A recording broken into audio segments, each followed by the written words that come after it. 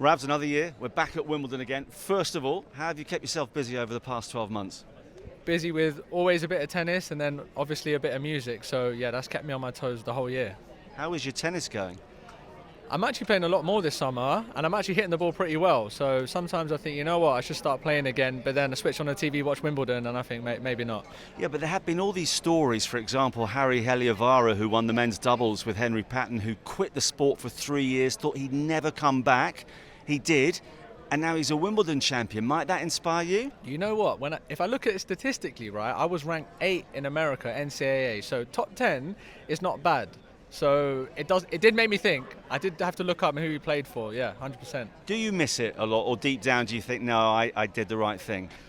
No, I do miss it. I do feel like I did reach a ceiling, though. These guys now are hitting the ball big, very aggressive, and I feel like obviously I could have got better, higher ranked, but I did kind of struggle with the tour life. Let's put it that way. Yeah.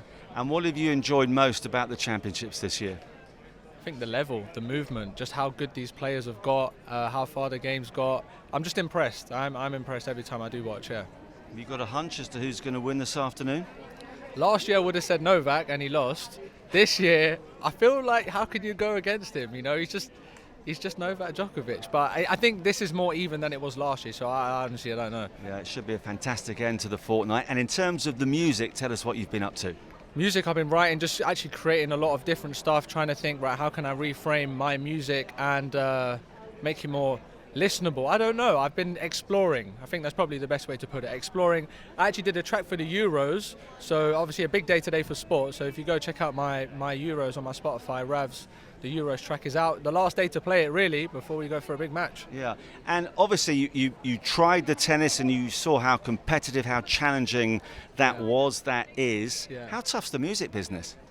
Arguably harder, because if you're the best tennis player in the world, you will be on centre court. If you're the best musician in the world, you don't necessarily get there. The metric's not the same, right? It's about now social media, finding yourself and getting the people to listen to you. And I feel like that's where I am. It's like I feel like my music's good, and when people find me, they're like, yeah, this guy's solid. But to get yourself heard is a big challenge. Yeah, you need that break. But listen, our coverage would not be complete without one of your epics. So what's the inspiration for this year's offering?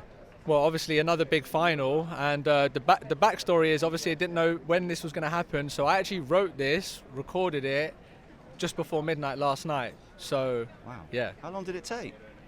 Just under an hour and a half, actually. But I was writing quick, but I obviously knew everything to write. I had to look a couple bits up just to make sure, but it's solid, it's sharp.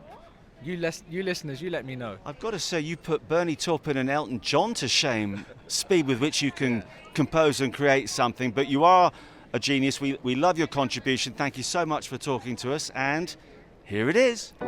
Wimbledon Final 2024.